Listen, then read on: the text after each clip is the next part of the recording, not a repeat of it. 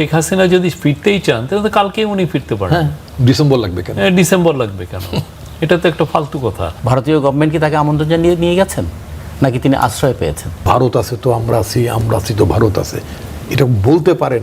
মানে এই কথাটা বলে তিনি একটা সেনাবাহিনীকে, বিজিবিকে, পুলিশকে, অ্যাডমিনিস্ট্রেশনকে, সবাইকে একটা বার্তা দিতে চেয়েছেন যে আমার বিরুদ্ধে নড়াচড়া করে কোনো লাভ হবে না। শফিকুল আলম, আপনাকে দিয়ে শুরু করি। আপনি ফেসবুকে লিখেছেন যে আমি জানি কে নয়াদিল্লিতে গণহত্যাকারী হাসিনার বক্তব্যের বিষয়ে পররাষ্ট্র মন্ত্রণালয়ের বিবৃতি লিখেছে। এটা ছিল চমৎকার, শক্তিশালী ও জোরালো বিবৃতি। কে লিখেছে এই বিবৃতি? না, সেটা তো আর আমি যদি বলতে তাহলে তো ফেসবুকেই বলতাম, বাট আমার মনে হচ্ছে এটা একটা ব্রিলিয়ান্ট একটা স্টেটমেন্ট। বাংলাদেশে এটা দরকার ছিল। একটা পলিটিক্যাল পার্টির ওয়েটটা এটাকে, মানে এটা তো একটা পলিটিক্যাল গভর্নমেন্ট। বাংলাদেশের সবচাইতে ফেয়ারেস্ট ইলেকশনে 3/4 ইভেন 2/3 না, 3/4 মেজরিটি নিয়ে একটা পার্টি এসছে ক্ষমতায়। সে তার টোটাল ওয়েটটা এই ডিপ্লোম্যাটিক এই স্টেটমেন্টে সে দিয়েছে, এবং সে বলেছে যে না, তুমি তার সাথে যেই তাকে যে তুমি প্ল্যাটফর্ম দিচ্ছ, কথা বলার যে স্পেস দিচ্ছ, সেটা it's an affront to our sovereignty. এবং এটা আমি বলবো যে সব দিক দিয়ে ওয়েল ক্রাফটেড। হাসিনাকে তার জায়গাটা চিনিয়ে দেওয়া হয়েছে, সে যে একটা ম্যাস মার্ডারার সেটা বলা হয়েছে, এবং তার যে এই পুরো বিষয়টা যে বাংলাদেশের এক ধরনের ইনস্ট্যাবিলিটি তৈরি করছে সেটা বলা হয়েছে। এবং বাংলাদেশ যে আনহ্যাপি সেটা একদম, আপনি একটা ম্যাস মার্ডারারকে কেউ আসলে প্ল্যাটফর্ম দেয় না, কেউ কাকে দেয় না। আপনি ইদি আমিন সৌদি আরবে এসেছিলেন 20-23 বছর, মৃত্যুর আগ পর্যন্ত ছিলেন, তাকে কোনোদিন কেউ দিয়েছে? বাশার আল আসাদ 2-3 বছর হলো উনি মস্কোতে আছেন। হ্যাঁ, উনি কি কারোর সাথে কথা বলছেন? নওয়াজ শরীফ ছিলেন অনেকদিন সৌদি তো আরবে। আপনি এই জিনিসগুলো আপনি বাংলাদেশের সাথে একসাথে বলছেন যে বাংলাদেশের সাথে ইন্টারিম গভর্নমেন্টের সাথে আমার সম্পর্ক ভালো ছিল না, আমরা এর সাথে ভালো সম্পর্ক করব। তো আপনার ভালো সম্পর্ক করার জন্য তো আপনি কিছু নমুনা তৈরি করবেন, ইউ সেট অ্যান এক্সাম্পল। সেটা তো হচ্ছে না, আরও বরঞ্চ তাকে তৈরি মনে হচ্ছে যে পুরো তাকে প্ল্যাটফর্ম দিয়ে তাকে একটা বাংলাদেশের মানে লিডার ইন এক্সাইল এই টাইপের একটা দেওয়া হচ্ছে। একটা জিনিস ইন্ডিয়ার বোঝা উচিত, হাসিনা দালাই লামা না। দালাই লামা একটা টিবেটান বুদ্ধিজমের উনি লিডার, হ্যাঁ, ধর্মশালায় হয়ে আছেন। তারপরে দেখবেন যে দালাই লামা খুব রেয়ার চাইনিজ অ্যাফেয়ার্স নিয়ে একটা কথা বলেন, আর ইনি দেখেন প্রতিদিন যে কথা বলা হচ্ছে। এবং এই বিষয়টা প্রফেসর ইউনূস যখন নরেন্দ্র মোদীর সাথে কথা বলেন, উনি কিন্তু এটা রেজ করেছিলেন যে উনি ওইখানে আছেন, থাকেন, অসুবিধা নাই, কিন্তু আপনি তাকে মেগাফোন দিচ্ছেন, তো তাকে দিয়ে কথা বলাচ্ছেন, সে বারবার কথা বলছে। আর ইন্ডিয়া যদি বলে যে না, আমি তার কথা বন্ধ করতে পারি না, এটা জাস্ট একটা লেম এক্সকিউজ। ইন্ডিয়া ইজিলি পারে, ইন্ডিয়া অনেক দেশে পারে না, জাস্ট বলবে যে না, আপনি কথা বলে, আপনি এখানে আছেন, থাকেন। হ্যাঁ, কারণ সে একটা দ্বন্দ্বপ্রাপ্ত আসামি এবং ম্যাস মার্ডারার, এবং এমন একটা ক্রাইম যে ক্রাইমের সত্যিকার অর্থে বাংলাদেশও ইনভেস্টিগেট করে নাই, UN fact finding mission investigate করেছে। তো তাকে আপনি তার জায়গাটা এই পুরো স্টেটমেন্টের মাধ্যমে তার জায়গাটা চিনিয়ে দেওয়া হয়েছে, এবং এটা খুবই, আমি বলবো যে ব্রিলিয়েন্টলি ক্রাফটেড একটা স্টেটমেন্ট। আচ্ছা, আপনি একটু বলবেন রতন ভাই, রাজিবুজ্জামান রতন, যে ভারত বলছে যে তারা শেখ হাসিনাকে কেবল আশ্রয় দিয়েছে, কিন্তু আশ্রয়ে থাকা অবস্থায় রাজনৈতিক তৎপরতা চালানো এবং সংবাদ সম্মেলন করা, এটা রাজনৈতিক আইনে এটা কতটা বৈধ? আন্তর্জাতিক আইন, রাজনৈতিক আইনের প্রশ্নটা পরে সবিকভাবে বলেছেন বিষয়টা। এই রাজনৈতিক প্রশ্নটা বাদই দিলাম। আমরা যদি কেউ একটা ট্যুরিস্ট ভিসা নিয়ে ভারতে যাই বা পৃথিবীর কোনো দেশে যাই, ওখানে বলা থাকে যে কোনো রাজনৈতিক তৎপরতায় অংশগ্রহণ করা যাবে না, চাকরি করা যাবে না, কিছু করা কি করা যাবে, কি করা যাবে না, একটা ভিসার মধ্যে থাকে। কিন্তু তিনি তো ট্যুরিস্ট ভিসা নিয়ে যান না। ধরেন আমি যদি tourist visa government approved visa, মানে গভর্নমেন্ট অ্যাপ্রুভ করেছে, আর তাকে কি গভর্নমেন্ট আমন্ত্রণ জানিয়ে নিয়ে গেছে? ভারতীয় গভর্নমেন্ট কি তাকে আমন্ত্রণ জানিয়ে নিয়ে গেছেন, নাকি তিনি আশ্রয় পেয়েছেন? যদি তিনি আশ্রয় পেয়ে থাকেন, তাহলে যাকে আশ্রয় দেওয়া হয়েছে তাহলে তাকে কি করতে হবে এবং কী করতে হবে না, এটা কি রাষ্ট্রের একটা নীতি থাকবে না? তখন রাষ্ট্র যদি বলে আমরা তো তাকে আশ্রয় দিয়েছি, একটা বিপদাপন্ন মানুষকে আশ্রয় দিয়েছি, তাই আশ্রয় প্রার্থী হয়ে কিংবা আশ্রিত হয়ে কেউ কি কোনো রাজনৈতিক তৎপরতা চালাতে পারেন? এই প্রশ্নগুলো চলে আসবে। ইন্ডিয়ান গভর্নমেন্ট সবসময় এই স্টেটমেন্টটা করছে যে আমরা কিন্তু তাকে কোনো প্রশ্রয় দিচ্ছি না, তাকে কোনো সহযোগিতা করছি না, তিনি নিজের মতো করে করছেন। আচ্ছা, নিজের মতো করে কি করা যায়? আসলে এটা কোনোভাবেই মানে মনে করার কোনো কারণ নাই যে এটা খুবই একটা সাধারণ ব্যাপার। এটা বুঝতে হবে যে ভারত সরকার বাংলাদেশকে কিভাবে দেখবে এবং দেখতে গিয়ে তার বৈদেশিক নীতি কী হবে, তার বাণিজ্য নীতি কী হবে, এমনকি তার রাজনৈতিক এবং সামরিক পদক্ষেপগুলো কী হবে, সব কিছুকে আমাদের দেখতে হবে। সেই ক্ষেত্রে বাংলাদেশের উপর একটা রাজনৈতিক চাপ তৈরি করার জন্য এই ইস্যুটা কাজে লাগাবে। কিন্তু যেটা করবে যে ওটা তো একটা প্রাইভেট অর্গানাইজেশন করেছে। আচ্ছা, বাংলাদেশে অনেকেই আশ্রয় নিয়ে থাকে, কোনো প্রাইভেট অর্গানাইজেশন চাইলেই, আপনাদের তো একটা প্রাইভেট টিভি, এখানে এসে যে কেউ কি সাক্ষাৎকার দিতে পারবেন? আপনারা কি সেটা অ্যালো করবেন? আপনারা তখন মানে কিছু না বললেও তো আপনাদের তো নিজস্ব একটা নীতিমালাও তো আছে যে আপনারা এটা করতে পারেন কিংবা এটা করতে পারেন না। সবসময় গভর্নমেন্ট আর ইনস্ট্রাক্টেড হয় না, কখনো কখনো সেলফ সেন্সরশিপও থাকে যে আমার এটা করা উচিত নয়, এটা বলা উচিত নয়, এভাবে চলা উচিত নয়। তো সেক্ষেত্রে যারা ওখানে তার ইয়েটা অ্যারেঞ্জমেন্ট করলেন তারাও তাহলে কোন বিবেচনা করলেন? তারাও তো একটা হল ভাড়া নিয়েছিলেন এবং তারা সেখানে তো অনলাইনে তিনি যখন কথা বলেছেন, তার মানে রাষ্ট্রের, এবং এটা অনেক আগে ডিক্লেয়ার করা, মানে এটা আকস্মিক হঠাৎ করে কোনো একটা ঘটনা ঘটেনি, তার মানে এটা একটা ওয়েল অ্যারেঞ্জ। কিন্তু এমনভাবে অ্যারেঞ্জমেন্টটা করেছে যাতে প্রত্যক্ষভাবে দায়ী করা না যায়। কিন্তু রাজনীতিতে সবসময় প্রত্যক্ষ দায়টাই দায় নয়, পরোক্ষভাবে কারা সহযোগিতা করেন সেটাও খুব গুরুত্বপূর্ণ। এবং এটাকে কেন্দ্র করে যে প্রতিক্রিয়াগুলো বাংলাদেশে হচ্ছে কিংবা যে প্রতিক্রিয়াগুলো ভারতে হচ্ছে, সবচেয়ে বড় কথা এমন একটা দিনে যে ঘটনাটা ঘটেছে, সেই দিন অভ্যুত্থানটা হয়েছিল এবং আমাদের বাংলাদেশ একদিকে আন্দোলন আর অভ্যুত্থানের দেশ, এখানে বারবার আন্দোলন হয়, অভ্যুত্থানও হয়।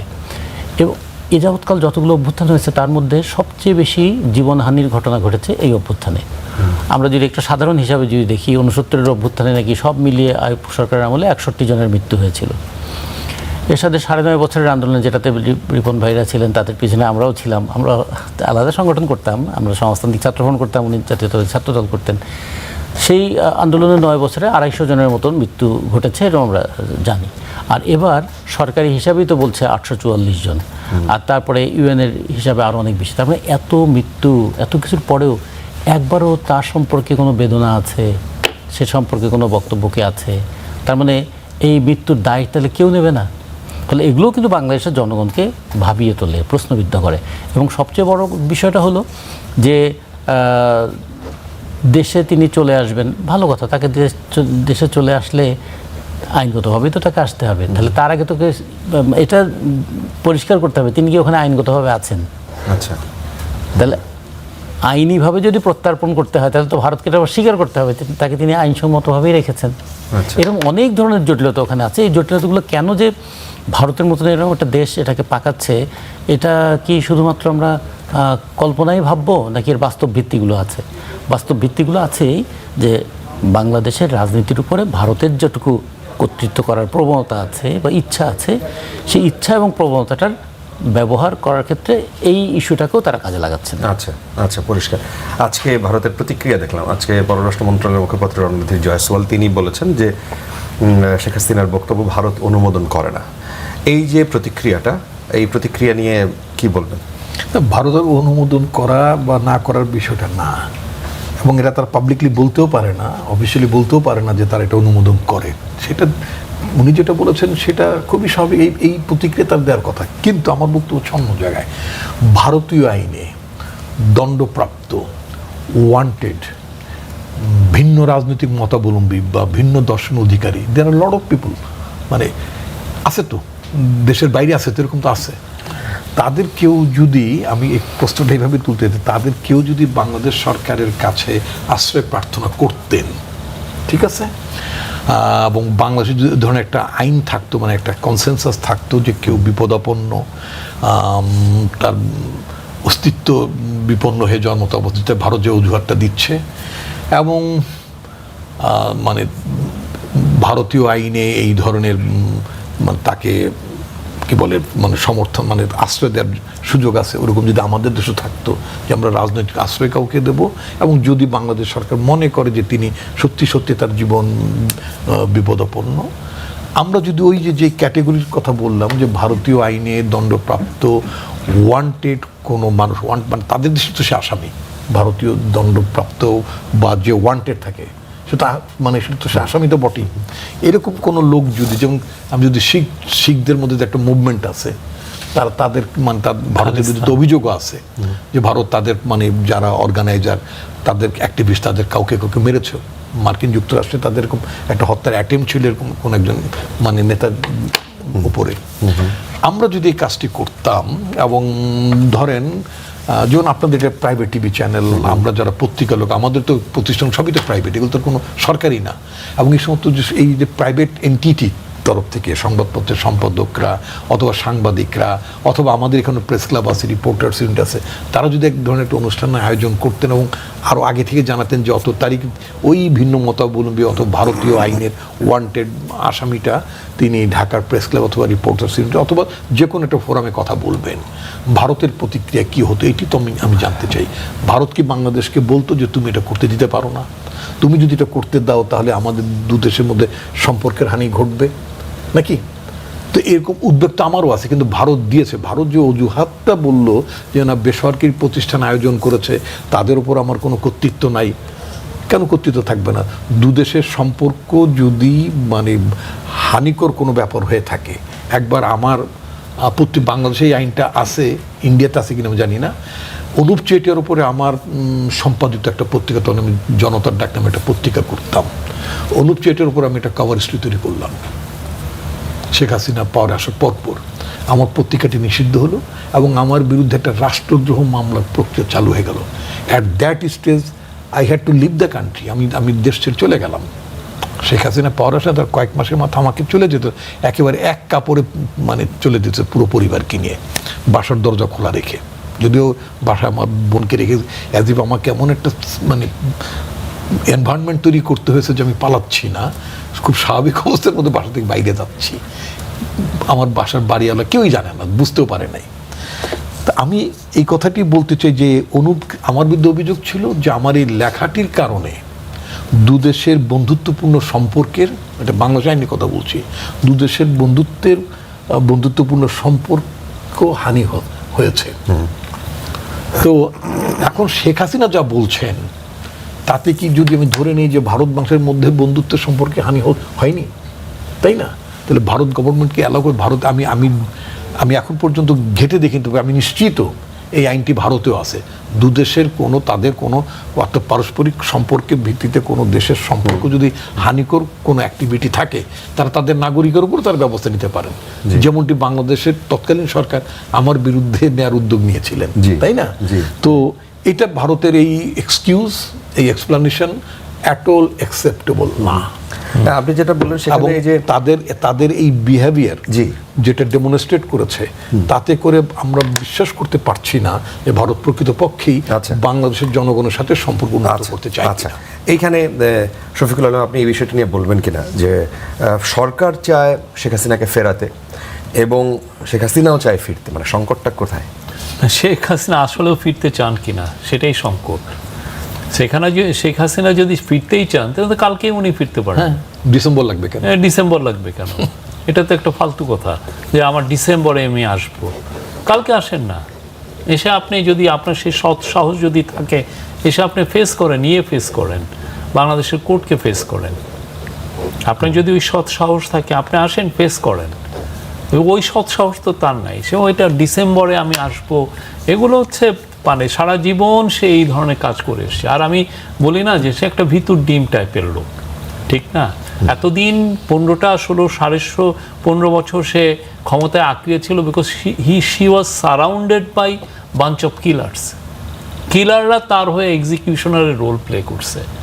তারপরে যখন দেখছে যে না তার জীবন বিপন্ন, সে ফার্স্ট ব্যাকডোর দিয়ে চলে গেছে। তার আগে তো তার আত্মীয়স্বজনকে পালিয়ে দিয়েছে। এবং আপনি দেখেন খুবই ওয়েল ক্যালকুলেটেড। তার তাপস বলেন, বলেন দ্য শেখ ক্লান, যারা বাংলাদেশে ধরেন ব্যাংকগুলো একটা সবগুলোকে চিবিয়ে খাওয়ার মূল কারিগর কিন্তু ওরা। আপনি যদি কোনো ব্যাংকের ওই সময় যদি ব্যাংকের টপ এক্সিকিউটিভদের ডেকে এনে সাক্ষাৎকার নেন, তারা বলবে যে কীভাবে শেখ জুয়েল, শেখ হেলাল কীভাবে তাদেরকে ফোন দিয়ে এই লোনগুলো দেওয়া হতো, তাদেরকে সে দিয়েছে। উনি যদি আসতে চান she can come tomorrow, let's face it, তার যদি ওই সৎ সাহস থাকে। কিন্তু কথা হচ্ছে যে তার যে রোল, আপনি যদি ইউএনের যে রিপোর্টটা দেখেন, সে নিজে অর্ডার করতেছে, ওখানে একদম স্পষ্ট যে সে এই খুনির মেন নিয়ে হচ্ছে সে। এবং আগে একটা সিস্টেম ছিল, আগে যারা তার দোসর ছিল হাসিনার, নিউজ মিডিয়াতে বলেন বা অন্য জায়গায়, তারা বলতো যে না উনি ভালো আছেন বাকি সব খারাপ, শেখ হাসিনা মানে উনি এটা করতে পারেন না। মূল যে জিনিসটা কি, উনি সবচেয়ে খারাপ ছিলেন। যতগুলো ক্রাইম হয়েছে তার আমলে, স্টার্টিং ফ্রম আপনার কি যেন গুম খুন দিয়ে প্রত্যেকটার সাথে উনি জড়িত। এই যে আপনি ইলিয়াস আলীর বউকে নিয়ে উনি যে নাটকটা করলেন, মানে মানুষ এটা করতে পারে, উনি নিজে খুন করে আবার উনি নাটক করতেছেন। তো এটা সে যদি চায়, তার যদি সৎ সাহস থাকে, আসেন কালকে আসেন। আচ্ছা আচ্ছা, পরিষ্কার। এর মধ্যে একটা টপিক আমরা একটু আনতে চাই, যেহেতু আপনাকে পাওয়া গেল আজকে। আপনারা যখন সরকারে ছিলেন, সরকারের একটা অংশে আপনি কাজ করেছেন প্রত্যক্ষভাবে, সেখানে শেষ সময়ের দিকে মার্কিন চুক্তিটা নিয়ে সবচেয়ে বেশি আলোচনা হয়। বাংলাদেশের বিগত অন্তর্বর্তী সরকারের সময় যুক্তরাষ্ট্রের এই যে বাণিজ্য চুক্তি, এটা নিয়ে বিতর্ক এবং একটি বাতিলের দাবি সামনে আসে পরবর্তীতে, এবং বলা হয় যে তড়িঘড়ি করে বর্তমান যিনি পররাষ্ট্রমন্ত্রী, তিনি তখন নিরাপত্তা উপদেষ্টা, তিনি তার এক রকমের দায় দেন অনেকে এই টকশোতে বসে, যারা বিএনপির কিংবা জামায়াতের এমপিরা যারা আসেন। তো ফেব্রুয়ারিতে জাতীয় নির্বাচনের 3 দিন আগে অন্তর্বর্তী সরকারের যুক্তরাষ্ট্রের সঙ্গে এই চুক্তিটি সই হয়। নির্বাচনের 3 দিন আগে কেন এই চুক্তিটি সই করতে হয়েছিল? না, এটা নির্বাচনের 3 দিন আগে এই চুক্তি নিয়ে কথা হচ্ছে, এই চুক্তি নিয়ে নেগোসিয়েশন হচ্ছে সেই এপ্রিল-মে থেকে। এটা এমন নতুন কিছু না। এখন এসে এই সময়টা এসে এটা ফাইনালাইজ হয়েছে, তাই চুক্তিটা হয়েছে। আর এমন না যে এই চুক্তিটার মধ্যে একটা এক্সিট ক্লজ আছে। এইটা এখন তো ডেমোক্রেটিক একটা গভর্নমেন্ট এসছে, ইলেক্টেড গভর্নমেন্ট, তারা যদি মনে করে না we don't need this agreement, তারা ইজিলি এক্সিট করতে পারে এখান থেকে। এটা আর এই যে হঠাৎ করে এটা হয়নি, এই ধাপে ধাপে এটার হয়েছে। আপনি তৎকালীন যে মাহবুবুর রহমান যে সেক্রেটারি, উনি মারা গিয়েছেন, বা আপনি লুৎফে সিদ্দিকীকে জিজ্ঞেস করেন, বা ছিলেন ডক্টর খলিল ছিলেন, শেখ বশিরউদ্দিন ছিলেন, এরা দিনের পর দিন, রাতের পর রাত এটা নিয়ে কাজ করেছেন, একটা দিন না। এবং আমি মনে করি কিন্তু শেষের দিকে, এবং এটা খুবই বাংলাদেশের ফিউচারের জন্য this is a fantastic deal. বাংলাদেশের ফিউচারের জন্য এর চেয়ে ভালো এগ্রিমেন্ট খুব কম হয়েছে, আমরা এটা বিশ্বাস করি, এবং এটা নিয়ে যথেষ্ট যুক্তি আছে। আচ্ছা, যেমন রতন, যদি এই বিষয়টা নিয়ে বলেন, আপনারা যারা সমালোচক তারা এই বিষয়গুলো নিয়ে সবচেয়ে বেশি, এবং কেউ কেউ এই ধরনের কথাবার্তাও বলেছেন যে দেশ বিক্রি করার মতো একটা চুক্তি হয়েছে। যেমন এই চুক্তিটাতে যা আছে, পরবর্তীতে আমরা পত্রিকা যা দেখলাম, সেটার পরে আমাদের বক্তব্য হচ্ছে 3টা। প্রথমত হচ্ছে যে কয়দিন পরেই নির্বাচন হবে, তাহলে নির্বাচনের পরে নির্বাচিত সরকার একটা চুক্তি করুক, তাহলে একটা পার্লামেন্ট হবে, পার্লামেন্টে এটা আলোচনা হোক, অথবা সেই সরকার যদি পার্লামেন্টে আলোচনা না করে বিরোধী দল এটা তুলবে। তার মানে একটা রাষ্ট্রের এত বড় একটা চুক্তি হবে, সেটা রাষ্ট্রের কোথাও আলোচনা হবে না, এটা তো কোনোভাবেই গ্রহণযোগ্য নয়। না, বলছেন দিনের পর দিন না, সিরিজ অফ আলোচনাটা কারা করেছে? তারা কিন্তু জনগণের কোনো অংশ নন, তারা একটা অন্তর্বর্তীকালীন সরকারের অংশ। তারা যথেষ্ট জনগণ, এই গভর্নমেন্টের ফুল ম্যান্ডেট ছিল, এবং পুরো আমরা জনপ্রতিনিধি, জনগণের প্রতিনিধি, এটা আমরা বিপ্লবকে প্রতিনিধিত্ব করেছি। বিপ্লবকে প্রতিনিধিত্ব করলে অন্তত জনগণের সামনে এটা এক্সপোজ করা দরকার ছিল, সেটা হয়নি। তারপর পরে যেটা হলো, তাহলে আর 72 ঘন্টা আগে কেন? তাহলে আরও অন্তত 2 দিন আগে, মানে 5 দিন আগে, 10 দিন আগে, 20 দিন আগে করা যেতে পারতো। তাহলে নির্বাচনের সময় এটা একটা ইস্যু থাকতে পারতো। টাইমটাও এমনভাবে সিলেকশন হয়েছে যাতে নির্বাচনের ওই ডামাডোলের মধ্যে এই বিষয়টা হারিয়ে যায়। আচ্ছা, 2 নম্বর হলো যে নির্বাচনের পরে যে সরকার ক্ষমতায় আসবেন, তাহলে তার কাজ কি? অন্তর্বর্তীকালীন সরকারের যা কাজ হয়েছে সবগুলোকে এন্ডোর্স করে দেওয়া, নাকি তারও যাচাই বাছাই করার কোনো বিষয় থাকবে? চুক্তিটা এমন যে এই ধরনের চুক্তি পরবর্তী সরকারের জন্য কিছু করাও কঠিন হয়ে যায়। যদিও মালয়েশিয়ান গভর্নমেন্ট নাকি কিছু কিছু ধারা তারা বাতিল করেছে তাদের সঙ্গে এরকম একটা চুক্তিতে, তা আমেরিকার সঙ্গে, কিন্তু আমাদের দেশে আমাদের যে এক ধরনের পরবর্তীতে এই চুক্তি বাতিল করা কেন কঠিন হয়ে যাবে? তিনি বললেন যে সম্ভবত 40 দিন টাইম ছিল যে পার্লামেন্ট গঠন হওয়ার, 60 দিনের মধ্যে তারা এটা যাচাই বাছাই করে তারা চাইলে এটাকে রাখতে পারতেন। খেয়াল করতে হবে চুক্তিটা কার সঙ্গে করা হয়েছে, জি, সেই তার উপর নির্ভর করে। সেই ক্ষেত্রে বাংলাদেশের মতো একটা দুর্বল দেশ, বাংলাদেশের মতো এরকম একটা দেশ যে একটা অভ্যুত্থানের পরে 1.5 বছরে নানা ধরনের পট পরিবর্তন বা জটিলতার মধ্য দিয়ে একটা নির্বাচন হতে যাচ্ছে, সেই নির্বাচনের মধ্য দিয়ে যে সরকার ক্ষমতায় আসবে তাকে অনেক কিছু ভাবতে হবে। সেরকম একটা বিষয় কিন্তু তাদের বিবেচনা ছিলই, যে কারণেই হয়তো এত তড়িঘড়িটা ছিল। আর তারপরে যে ফ্যান্টাস্টিকটা এটা অনেকের কাছে, বিশ্বাস দিয়ে হবে না, এখানে যুক্তিটাও দেখতে হবে যাচ্ছে কি কি আছে। আমরা পত্রিকা যা দেখলাম, আমাদের কাছে তার পরে অন্য কিছু সোর্স ছিল না, তাতে দেখলাম এমন এমন কিছু বাইন্ডিংস আছে যে বাইন্ডিংসগুলো মেনে চললে আমাদের জন্য ব্যবসা বাণিজ্য, এমনকি আমাদের জন্য শিল্প কলকারখানা এগুলো স্থাপন করাও মুশকিল হয়ে যাবে। এমনকি বাংলাদেশ যেটা একটা জ্বালানি নির্ভর দেশ, এই বাংলাদেশ যে জ্বালানি কিনবে সে কেনার ক্ষেত্রেও ওই যে বলা আছে বন্ধু রাষ্ট্র কিংবা শত্রুভাবাপন্ন রাষ্ট্র, এখন আমেরিকার বন্ধু কারা, আমেরিকার শত্রু কারা, আমেরিকার চোখে বাংলাদেশকে সেটা দেখতে হবে। এমনকি পরেই তার একটা আমরা পেলাম যে রাশিয়া থেকে তেল কেনার ক্ষেত্রে দুটো সমস্যা ছিল। একটা হলো রাশিয়ার তেল শোধন করার মতো শোধনাগার আমাদের নাই, সেটা একটা সমস্যা। 2 নম্বর হচ্ছে রাশিয়া থেকে তেল কি আমরা কিনতে পারবো, এই পরামর্শ এবং চাইতে হয়েছে আবার। আচ্ছা ধরুন এরপরে যদি চীনকে তারা কন্টেইন করতে চায় আমেরিকা, তাহলে আমাদের সঙ্গে চীনের তো সবচেয়ে বড় ব্যবসা বাণিজ্য, প্রায় $20 বিলিয়ন মতন ব্যবসা বাণিজ্য। তো সেগুলো কি তাহলে এর দ্বারা হ্যাম্পার্ড হবে? এই প্রশ্নের উত্তরটা কে দেবে? ওখানে তো বলা হচ্ছে যে আমেরিকা যার প্রতি শত্রুভাবাপন্ন হবেন তার সঙ্গে আপনি যুক্ত করতে পারেন। এটা আপনি ইউএস এর, এটা আপনি চান আর না চান, আপনি ইউএস এর যে একটা গ্লোবাল অর্ডারে বাস করতেছেন, এটা আপনার রিয়ালিটি। আপনি সাউথ কোরিয়ার মতো দেশ, সাউথ কোরিয়ার পুরো টোটাল ওর ছিল $350 বিলিয়ন, হ্যাঁ, তার মধ্যে $320 বিলিয়ন আমেরিকা থেকে কিনতে হয়েছে। ইন্ডিয়ার মতো দেশ, সে তো ইন্ডিয়া একটা সুপার পাওয়ার, ইন্ডিয়া $500 বিলিয়ন মতো ইন্ডিয়া থেকে আমেরিকা থেকে কিনতে হয়েছে। এমন কোনো দেশ নাই যার সাথে ইউএস এইটাকে করে। কারণ আপনি যদি এই সেকেন্ড ওয়ার্ল্ড ওয়ার উত্তর যদি ওয়ার্ল্ডটা দেখেন, যারা রিচ হয়েছে তারা রিচ হয়েছে ইউএস এর সাথে ট্রেড করে। খুব রেয়ার কেসে আছে যারা ইউএস এর বাইরে। বাংলাদেশও ইউএস এর সাথে ট্রেড করে, আপনার উপায় নাই। আপনি একটা উদাহরণ দেখেন, আপনি 2 দিন আগে জারি করা পররাষ্ট্র মন্ত্রণালয়ের যেই প্রেস বিজ্ঞপ্তি বা ভারতের সাথে যেই করসপন্ডেন্স চিঠি, সেখানে আপনি বলছেন যে বাংলাদেশ তাবেদারি রাষ্ট্র হবে না, এবং সেটা নিয়ে আপনি প্রাউড ফিল করছেন। আপনি একই সাথে বলছেন যে হ্যাঁ আপনার ভারতের কথা বলেছি, যে বেস্ট, আমি ইউএস এর সাথে ট্রেডের কথা বলেছি। জাপান রিচ হয়েছে ইউএস এর সাথে ট্রেড করে, জার্মানি, চায়না কি ছিল, বাংলাদেশ 1978-এ বাংলাদেশের যা পার ক্যাপিটা ইনকাম, চায়নারও একই অবস্থা। চায়না রিচ হয়েছে, চায়নার এখন পার ক্যাপিটা ইনকাম ওই সময় ছিল $200 মতো, এখন এসে ওর $15,000, এবং এটা পুরোটা হয়েছে ইউএস এর সাথে ট্রেড করে। আপনি কে হয় নাই, আপনি আমারে বলেন একটা উদাহরণ দেন যে ইউএস এর বাইরে যে, কারণ আপনার এটা ইউএস ওইটাকে সে জাস্ট রুথলেসলি সেটা সে এক্সপ্লয়েট করতেছে।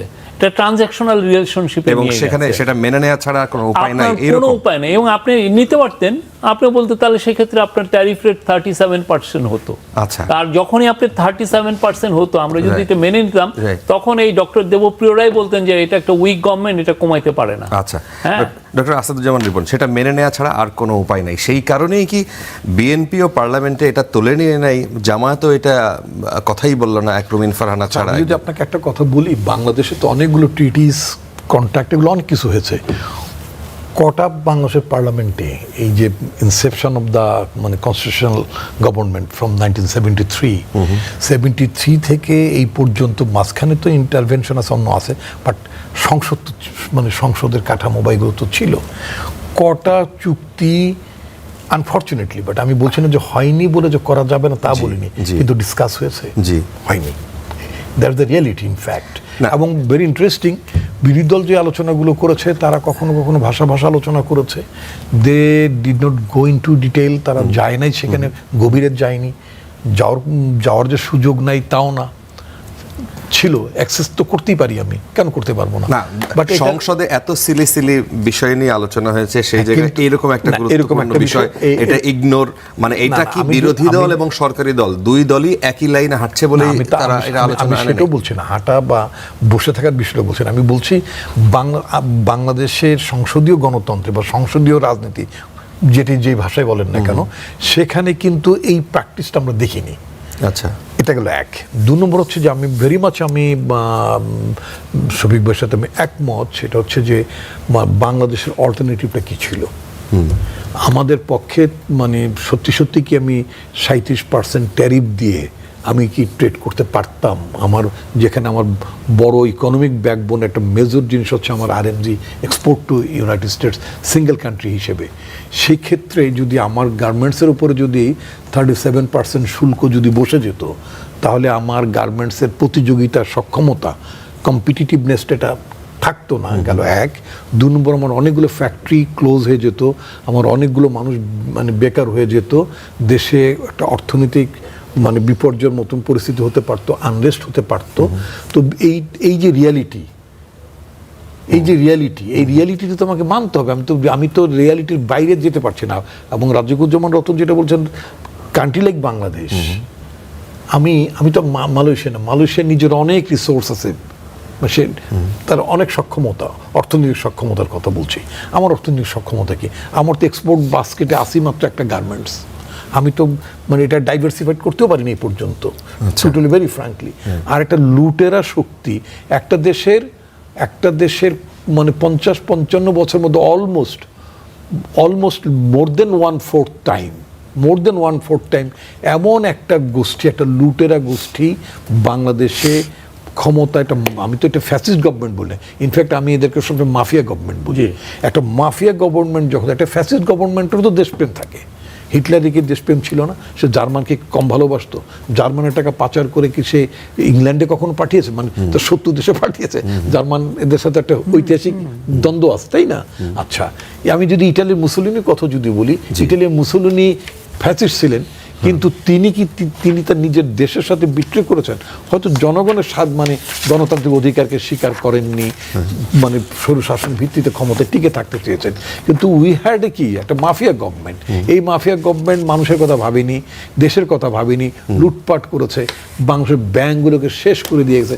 চুরির টাকার কিস্তি শোধ করতে করতে, চুরির টাকার কিস্তি, মানে অর্থাৎ শেখ হাসিনার গভর্নমেন্ট চুরি করলো, তার লোকজন চুরি করলো, এক একজনের 600-650 ফ্ল্যাটের খবর আমরা দুবাইতে পাই, লন্ডনে পাই, তাদের মন্ত্রীদের, এই যে ভূমি মন্ত্রী ছিল ইত্যাদি, এদের সবার পাওয়া যায়। সামিট গ্রুপের লুটপাটের কথা, ওদের ছবি, ওই ফ্ল্যাটগুলোর ছবি তুলে নিয়ে আসা, রাইট। এবং আপনি যদি আপনার এই যে একটা ডিভোর্স সেটেলমেন্টের জন্য $1 মিলিয়ন কেস হয়, মানে আমি টকিং অ্যাবাউট সজীব জয়, শেখ হাসিনার ছেলে, একটা ডিভোর্স সেটেলমেন্টের জন্য $1 মিলিয়ন, এই $1 মিলিয়নটা কোথায় পেলেন তিনি? এটা কি তার মানে চাকরি থেকে পাওয়া? এই বাংলাদেশ থেকে যে টাকাগুলো সাইফন করে নিয়ে গেছে, সেই জন্য তো আমাদেরকে, এবং 1 টাকার মাল 4 টাকায় মানে কিনেছে, বা মানে কাগজে কলমে দিয়েছে, এই চুরির টাকার কিস্তি অন্তর্বর্তীকালীন সরকারকেও দিতে হয়েছে, এবং আমাদেরকে এখন পারপেচুয়ালি দিতে হচ্ছে। এমনি একটি ক্রুড রিয়েলিটি, আচ্ছা, একবার কঠিন একটা রিয়েলিটি। মানে আপনিও একমত যে বাংলাদেশের সামনে আসলে এরকম কোনো বিকল্প ছিল না। আপনি এই বিষয়টা বলবেন যে আপনারা এটাকে একপক্ষীয় বলেন, এটাকে আপনারা অসম বলেন এই চুক্তি, কিন্তু কি বিকল্প ছিল? আপনারা কি সেই রূপরেখা দেন যে বাংলাদেশের সামনে এই রূপরেখা ছিল, তাদেরকে অ্যাভয়েড করে এইদিকে বাংলাদেশ যেতে পারত? দুটো জিনিস ছিল। একটা হলো গণ অভ্যুত্থান একটা জনগণের আকাঙ্ক্ষার তীব্র রূপ প্রকাশ করেছিল, ফলে আমাদের গভর্নমেন্ট বলতে পারতো যে আমাদের জনগণ জানতে চায়, বুঝতে চায়। আগের সরকার মাফিয়া বলছেন আপনারা, আগের সরকারকে আপনারা অটোক্রেটিক বলছেন, সব কিছু বলছেন, তারা যেভাবে করেছে পরের সরকার এভাবে করবে না। ফলে আমরা একটু জনগণের সামনেও এই জিনিসটা উপস্থাপন করতে চাই, এই ডেমোক্রেটিক চর্চাটা হতে পারতো। 2, রিয়েলিটির কথা যদি বলি, আমেরিকার সঙ্গে আমাদের গার্মেন্টস এক্সপোর্ট কত? $6 বিলিয়ন। বাংলাদেশের টোটাল গার্মেন্টস, বাংলাদেশের টোটাল হচ্ছে $8 বিলিয়ন। তার মধ্যে তো বাংলাদেশ আবার কিছু আমদানিও করে। তো এখন প্লাস্টিক পণ্য রপ্তানি করে, কৃষিজাত পণ্য রপ্তানি করে। এখন যদি ধরি যে ভারতের সঙ্গে তো আমাদের $14 বিলিয়ন ব্যবসা, চীনের সঙ্গে তো আমাদের $20 বিলিয়ন ব্যবসা। তাহলে রিয়েলিটি যদি মানতে হয় তাহলে তো ভারতের তো এমনকি এই যে কাঁচামরিচ যখন 100 টাকা হলো, 400 টাকা হলো, তখন তো ভোমরা বন্দর দিয়ে 100 টন কাঁচামরিচও নিয়ে আসলাম। তা কাঁচামরিচের মতন জিনিসও যে ভারত থেকে নিয়ে আসছে, তাহলে রিয়েলিটি মানলে তো সেগুলোও মানতে হবে। বাংলাদেশ তো 3 দিক ঘিরে আছে ভারত, তাহলে 3 দিক ঘিরে থাকা ভারত না, এই অর্থনীতিতে চুক্তি আছে হওয়া ভারত- মানে ভারতকে একেবারে না। অ্যাভয়েড করা, আপনারা কি এটাও না, বলবেন? একটু avoid করা। ভারতের থেকে আমরা আমদানি করি, ভারতে আমরা রপ্তানি করি না, সে নেয় না। এটা একটা ক্লিয়ার ডিস্টিংশনটা হচ্ছে আবার ধরুন- আমার রপ্তানি করি মানে সে তার কনজিউমার আমার আরেকটু প্রোডাক্ট বলি, আমাদের যদি $6 বিলিয়ন গার্মেন্টস পণ্য আমেরিকাতে $8 যায়, বিলিয়ন। আচ্ছা ধরুন 80 যদি হয়, আমাদের $42 বিলিয়ন গার্মেন্টস এক্সপোর্ট, তো বাকিগুলো কোথায় হয়?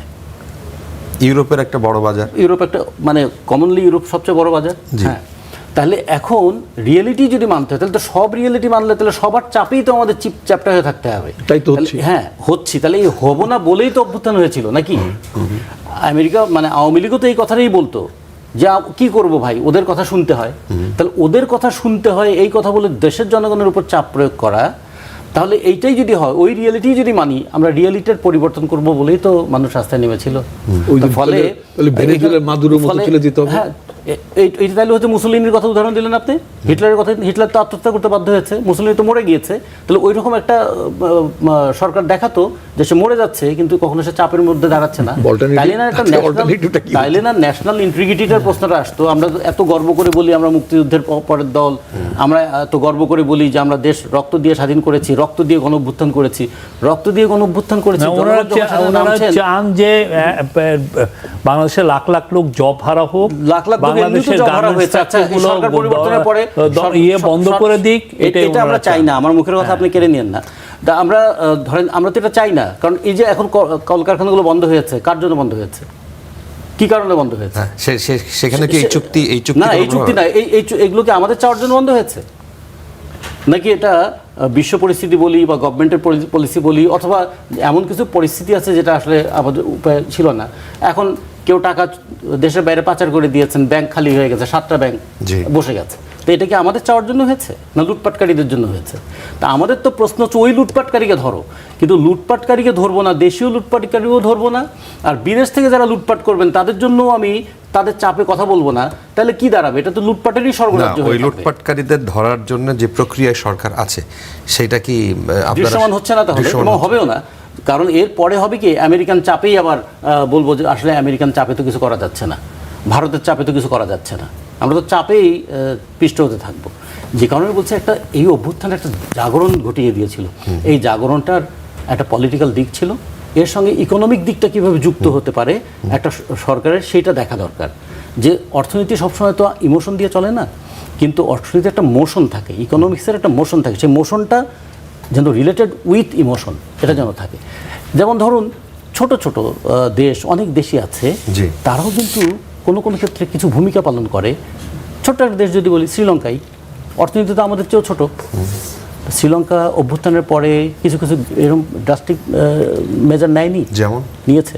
যেমন এই যে বন্দর নিয়ে যে ধরনের চুক্তিগুলো ছিল, কৃষি নিয়ে যে সমস্ত চুক্তিগুলো ছিল, সেগুলো তো থেকে সরে দাঁড়ায়নি। না, ড্রাস্টিক্যাল এরকম চায়নার থেকে একেবারে বিচ্ছিন্ন হয়ে না, গেছে এরকম বিচ্ছিন্ন হয়ে যায় না, কিন্তু বিচ্ছিন্ন হয়ে যায় না, কিন্তু পদক্ষেপ তো নিয়েছে।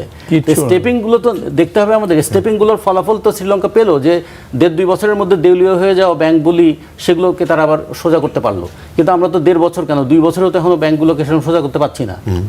কেন পারছি না? এই সংকটের মধ্য দিয়েও ডলারের দাম মোটামুটি স্থিতিশীল গত 2 বছরে। না, সেই ডলারের দাম শ্রীলঙ্কার কমানো হয়েছে। শ্রীলঙ্কার কারেন্সি ডলার এগেইনস্টে 350 টাকা হয়েছে। যে দেশ স্টেবল, পাকিস্তান তো স্টেবল, তাদের অবস্থা না, পাকিস্তান কখনোই স্টেবল ছিল না। পাকিস্তানকে সাইফনিং করে স্টেবল রাখা হয়েছে। পাকিস্তানের অভ্যন্তরে যে ঘটনাগুলো ঘটছে, এখন যে সমস্ত খবর আমরা পাচ্ছি তার কতটুকু সত্যতা আছে আমরা জানি না, কিন্তু তারপরেও যেগুলো খবর পাচ্ছি সে বেলুচিস্তানে যে ঘটনাগুলো এগুলো ঘটছে, ইন্ডিয়ান সব মিডিয়া মিলিয়ে সব মিলিয়ে পাকিস্তানেও যে খুব ভালো স্টেবল, আচ্ছা। পাকিস্তানের ইকোনমি যে আগেও খুব ভালো জি। ছিল তাও না, আচ্ছা। কিন্তু পাকিস্তানের যে মিলিটারি পাওয়ার, যে মিলিটারি ইন্ডাস্ট্রিয়াল কমপ্লেক্স পাকিস্তানকে যেভাবে তার গ্রিপে রেখেছে, এর কারণে পাকিস্তান তো আরেক ধরনের একটা রাষ্ট্র হিসেবে আরেক সংকটের মধ্যে দিয়ে তাদের যাইতেই হবে। শফিকুল আলম, এই বিষয়টা বলবেন যে ভারতের সাথে যদি অল্টারনেটিভ হিসেবে, মানে ভারতকে এইভাবে ইগনোর করার কোনো সুযোগ কি বাংলাদেশের আছে কিনা? না, এই যে বললেন যে কাঁচামরিচ, বন্যা হয়েছে, পেঁয়াজ, কাঁচামরিচ, আপনার এই যে রসুন, এগুলো আদা, আমাদের তাদের উপর নির্ভর করতে হয় অনেক। না, আমরা তো মাগনা কিনতে পাচ্ছি না ওইখান থেকে। এমনকি আমি কি মাগনা নিয়ে আসতেছি নাকি? আমরা তাদেরকে টাকা দিয়ে নিয়ে এসেছি। ও যদি না দিত আমি শ্রীলঙ্কায় যেতাম। আমি এক সময় ও যখন আমাদেরকে পিএস দেয় নাই, আমরা তার্কি ইজিপ্ট থেকে পিএস জানি নাই। তো এটা তো ইটস এ ট্রেড অফ। আমি তো তার কাছে পাচ্ছি বিকজ সে একটা তার যেটা সাপ্লাইয়ের যেটা এক্সেস সেটা আমাকে দিতে পারতেছে। এই আর আমরা তো ইন্ডিয়ার সাথে অবশ্যই ভালো সম্পর্ক চাই। আমাদের তরফ থেকে কি এমন কি কাজ করা হয়েছে যেটার জন্য ইন্ডিয়ার আসলে মন খারাপ হাসিনা ক্ষমতায় নাই, এটাই হলো মেন সমস্যা। আমরা ইন্ডিয়ার সাথে একটা ন্যায্যতাপূর্ণ মর্যাদাপূর্ণ একটা সম্পর্ক চাই। এই ইউএস আর মেক্সিকোর মধ্যে সম্পর্ক আছে না? ইউএস কি মেক্সিকোর উপর কি চাপিয়ে দিচ্ছে না? এই যে ঘটনা, এই যে প্রেস কনফারেন্স, তার পরে আপনি দেখেছেন হয়তো যে ভারতের সাথে একটা সিরিজ হওয়ার কথা প্রেস কনফারেন্স ঠিক না, তার সেটাও মোটামুটি ঝুলে গেছে বলা হচ্ছে এখনো। মানে তারপরে সেখানে ওই ব্রিক্স সম্মেলন, সেখানে প্রধানমন্ত্রী যাওয়ার কথা না। ব্রিক্স সম্মেলনে আমি নিজে আপনাকে কনফার্ম করতে পারি, ব্রিক্স সম্মেলনে ওনাকে বাংলাদেশের প্রাইম মিনিস্টার হিসেবে ইনভাইট করা হয়নি। ওনাকে ইনভাইট করা হয়েছে ব্রিক্সের চেয়ারম্যান হিসেবে, বিমস্টেকের চেয়ারম্যান হিসেবে। আর বিমস্টেকের চেয়ারম্যান হিসেবে উনি যদি ওইখানে যান তাহলে ওইখানে উনি বাংলাদেশকে রিপ্রেজেন্ট করবেন না, উনি করবেন বিমস্টেককে।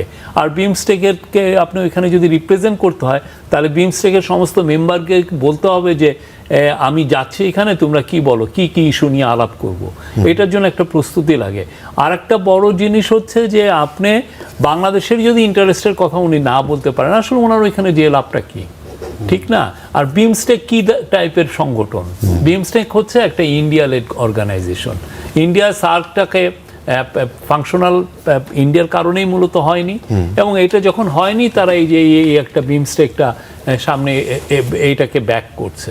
তো উনি এইটা আমি জানি না উনি ডিসিশন কি নেবেন, বাট উনি কি যদি সেভাবে সিরিয়াস হতো তাহলে তো ওনারা বলতেন যে বাংলাদেশের প্রাইম মিনিস্টারকে আমরা ইনভাইট করছি, উনি জাস্ট 4-5 মাস হলো, 5 মাস হলো, 6 মাস হলো উনি ক্ষমতায় এসছেন। উনি বাংলাদেশ ইন্ডিয়া তার লার্জেস্ট নেইবার, আসেন। আর উনি তো একটা বললাম তো খুব বড় একটা ম্যান্ডেট নিয়ে এসছেন। আচ্ছা, বাংলাদেশের ইতিহাসের ওয়ান অফ দ্য ফেয়ারেস্ট ইলেকশনে ওনার পার্টি 2/3 মেজরিটির উপরে পেয়ে এসছে, অ্যাবসোলুট মেজরিটি পেয়ে এসছে। আচ্ছা, ডক্টর আসাদুজ্জামান রিপন, আপনি যদি এই বিষয়টা নিয়ে বলেন যে ভারত বাংলাদেশের যে দ্বিপাক্ষিক সম্পর্ক, সেখানে সেই জায়গায় কোন কোন ফ্যাক্টরগুলো একটা চ্যালেঞ্জের মুখে ফেলে দিচ্ছে কিনা, এবং আসলে কোন দিকে যাচ্ছে এবং ভবিষ্যৎ কি? ভবিষ্যৎ হচ্ছে, আমি আপনার শেষ প্রশ্ন দিয়ে কথাটা বলতে চাই, ভবিষ্যৎ হচ্ছে ভারতকে বাংলাদেশের সাথে, বাংলাদেশের জনগণের সাথে বন্ধুত্বের সম্পর্কটি আবার নতুন করে ঝালাই করতে হবে। এটা শুধুই মাত্র শেখ হাসিনা সেন্ট্রিক রিলেশন যদি হয়, যেন শেখ হাসিনা আছে তো সম্পর্ক থাকবে, যেমন আওয়ামী লীগের সেক্রেটারি ওবায়দুল কাদের বলতেন, মানে কত বাজে ব্যাপারটা। স্বাধীন দেশ, একটা sovereign country, ruling party, the then ruling পার্টির জেনারেল সেক্রেটারি বলতে পারেন যে ভারত আছে তো আমরা আছি তো ভারত আছে, এটা বলতে পারেন। মানে এই কথাটা বলে তিনি একটা সেনাবাহিনীকে, বিজিবিকে, পুলিশকে, অ্যাডমিনিস্ট্রেশনকে, সবাইকে একটা বার্তা দিতে চেয়েছেন যে আমার বিরুদ্ধে নড়াচড়া করে কোনো লাভ হবে না, তোমরা ছাত্রদের সাথে বা বিরোধী দলের আন্দোলনকে সমর্থন দিয়ে কোনো লাভ হবে না, বিকজ পেছনে ভারতের মতো একটা মাইটি ফোর্স আমার পেছনে আছে, তোমরা আমাকে টলাতে পারবে না। বাট এটা তো প্রমাণ হয়ে গেছে, এই দেশের জনগণ তো প্রমাণ করেছে যে মাইটি ফোর্স ক্যানট কিপ এনিওয়ান যদি জনগণ তাকে সাপোর্ট না করে। এটা তো অলরেডি প্রুভড। ভারতকে যেটা করতে হবে সেটা হচ্ছে, যেটা হাসিনাকে নিয়ে যেটা শৈব একটা চমৎকার কথা বলছে, মন খারাপ করার কোনো কারণ নেই। হাসিনা কখনই, এই দেশের জনগণ হাসিনাকে কখনো গ্রহণ করবে না। আর যে পালিয়ে যায় মানে তার রাজনীতি আর ফেরত আসার সুযোগ থাকে না। মানে রাজনীতি মানে কখনো জনগণ তার কাছে গ্রহণ করে না, কারণ আপনি তো পালিয়ে গেছেন। একজন যিনি রিয়েল লিডার, তাহলে যারা উচ্ছ্বাস প্রকাশ করছে তিনি যখন, যারা রিয়েল লিডার, তিনি রিয়েল লিডার কখনো লাইভে ফেসবুকে কথা বলছিলেন তখন এত মানুষ দেখছিলেন, তারা এটা বলে যারা এটাকে গ্লোরিফাই বা এটাকে বড় করার কথা বলছে, এটা তাদের করতে হবে। এটা যদি তারা যদি না করে, আপনি দেখবেন, খেয়াল করবেন, শেখ হাসিনাকে আমি যতদূর বিরোধী দলের একজন কর্মী হিসেবে যতদূর তাকে জেনেছি, বোঝার চেষ্টা করেছি, কাউকে তো বুঝতেও তো হয়, তাই না? তো এইটা উনি কিন্তু চেহারা না দেখে থাকা লোক না। জি, এত উনি মানে মিডিয়া প্রণ মানুষ, উনি চেহারাটা দেখালেন না। কেন দেখালেন না? এটা তো উনি এখন কোন কন্ডিশনে আছেন আই এম নট শিওর। যেটা দেখাবার মতো, আমি একবার শুনেছিলাম, আমি জানি না ঘটনা সত্য কিনা, ভারতের সুচিত্রা সেন বলে একজন নায়িকা ছিলেন আমাদের মানে যুবক বেলায়, মানে কৈশোর উত্তীর্ণ মানে যুবক বেলায় আমরা তার ছবি দেখতে খুব পছন্দ করতাম। শুনেছি নাকি যে সুচিত্রা সেনের কথা শুনেছি যে সুচিত্রা সেন নাকি পাবলিক অ্যাপিয়ারেন্স তিনি করতেন না, ফেস করতেন না, জনসমক্ষে আসতেন না। তো কেন জনসমক্ষে আসতেন না? উনি মানে নায়িকা ছিলেন, কোনো সাবেক নায়িকা কি মানুষের সামনে আসে না? মানে আসেন, সাবেক হয়ে যাওয়ার পরে আর আসতেন না। সাবেক হয়ে যাবেন অর্থাৎ উনি একটা পর্যায়ে তিনি আর আসেননি। আচ্ছা, মানে সেটা এমন না যে মানে তার খুব বৃদ্ধ বয়সে, তা না, উনি আসেননি, দীর্ঘদিন উনি আসছেন না। এখন আমি জানি না এটা কি সুচিত্রা সিনড্রোম কিনা, I don't know exactly what happen to her, যে উনিও কেন আসছেন না এই ঘটনা এক। তারপর ওনার এই বক্তব্যগুলো কি রিয়েলি, এটা অনেকে বলেন কনফারেন্স, আমি এটা ঠিক কনফারেন্স হিসেবে আমি একটু ট্রিট করতে চাই না, বিকজ সি ডিডন্ট টেক মানে কি কোশ্চেন্স, তাই না, উনি অনেকের কোশ্চেন নেননি। তো এটা এক্স্যাক্টলি এটা কি হয়েছে, মানে এটা একটা জানান দেওয়া যে শেখ হাসিনা আছেন এক, এবং 5 তারিখে এই দেশের জনগণ, সংগ্রামী জনগণ মানুষের সাথে তিনি রীতিমতো তিনি এটাকে ভীষণভাবে তিনি এই দেশের জনগণকে আবার অপমান করেছেন। আচ্ছা, এবং ওই যে মানে এটাকে আপনি তো বোধহয় বললেন না যে এই যে এতগুলো মানুষ মারা গেল, 135টা শিশু মারা গেল, আমি নিজে পার্সোনালি, এটা আমার পার্টির মানে কোনো নির্দেশনা ছিল না, আমি পার্সোনালি আমি নিজে চক্ষু হাসপাতালে গিয়ে প্রায় 41 জনের সাথে আমি নিজে ইন্টারাক্ট করেছি। কারোর 2 চোখ নাই, কারোর 1 চোখ ছিল না, যন্ত্রণায় কাতরাচ্ছে এত মানুষ। পঙ্গু হাসপাতালে আমি গিয়েছি, এত খারাপ অবস্থা। এটা কেউ তো করেছে নাকি? এটা তো কেউ তো করেছে, মানে কেউ বলতে সেটা পুলিশ করুক, সেটা কেউ না কেউ করেছে। উনি এটার কোনো রেসপন্সিবিলিটি নেই, মানে as if nothing had happened here, এখানে কিছু হয়নি, উনি এরকম একটা ভাবটা বুঝতে চাচ্ছেন। এবং এই দায় এড়িয়ে তার দল, ওনার তো দূরের কথা, ওনার দল, এই দলের নাম নিয়ে বাংলাদেশে ভবিষ্যতে রাজনীতি করা এই দলের পক্ষে কখনো সম্ভব হবে না। আচ্ছা, আমি একটা মিনিট নেই নাকি একটু সময় নেই, সেটা হচ্ছে যে যারা বারবার মানে একটা অজুহাত তুলতে চান আওয়ামী লীগের মতো একটি দলকে বাদ দিয়ে রাজনীতি হবে, কেন হবে না? মুসলিম লীগকে বাদ দিয়ে বাংলাদেশের রাজনীতি হয়নি? এক মুসলিম লীগ কি পাকিস্তান আন্দোলনে নেতৃত্ব দেয়নি? At that time Muslim League was the মানে পাইওনিয়ার পার্টি পাকিস্তান সৃষ্টির পেছনে। সেই মুসলিম লীগ তার ভুল রাজনীতির কারণে, তাহলে মুসলিম লীগের কি কার্যক্রম নিষিদ্ধ ছিল নাকি দলই নিষিদ্ধ ছিল? মুসলিম লীগের কার্যক্রম তো 72 পর অটোমেটিক্যালি নিষিদ্ধ। না, অটোমেটিক্যালি আপনারা তাহলে দল মানে দলকে কেন তা নিষিদ্ধ করেছে? মুসলিম লীগ নিষিদ্ধ ছিল, এরপরে মুসলিম লীগের রাজনীতি রিভাইভ হওয়ার পরও আর মুসলিম লীগ নাম নিয়ে জনগণের কাছে রাজনীতি করা সম্ভব হয়নি। That is the reality. আচ্ছা, যদি রাজনীতিতে আপনি ভুল করেন তাহলে আপনার আর রিভাইভ হওয়ার কোনো স্কোপ থাকবে না। আওয়ামী লীগ যেই পরিমাণে ভুল করে, জার্মানের নাৎসি পার্টি রিভাইভ হয়েছে, হিটলারের মুসলিম দেশে তার পার্টি রিভাইভ হচ্ছে, হয়নি। তো সুতরাং যারা গণহত্যার জন্য যারা দায়ী, মানুষ যাদেরকে গণহত্যার জন্য দায়ী মনে করে, তারা অনুশোচনাত্মক একটা রিকনসিলিয়েশনের কথা বলবেন, তারা কি কখনো অনুশোচনা প্রকাশ করেছে? তারা কি কখনো বলেছে যে আমরা জনগণের কাছে মাপ চাই? শেখ হাসিনা তো নিজে মাপ না চেয়ে, মানে নিজে ভুল না করে, তার বাবার আমলের ভুলটা, বাকশাল করা ভুল ছিল, রক্ষীবাহিনী করা ভুল ছিল, সংবাদপত্রের স্বাধীনতা হরণ করা ভুল ছিল, সমস্ত কিছু উনি একেবারে ব্রড ব্ল্যাঙ্কেটে তিনি বলতেন আমি জনগণের কাছে ক্ষমা চাচ্ছে, একবারের জন্য আমাকে ক্ষমা করেন, আমাকে সুযোগ দেন। এবার তো তিনি সমস্ত ভুলগুলো করেছেন। তো সুতরাং এবং অথচ তিনি ক্ষমা চাচ্ছেন না, স্বীকার করছেন না ভুলগুলো তিনি করেছেন।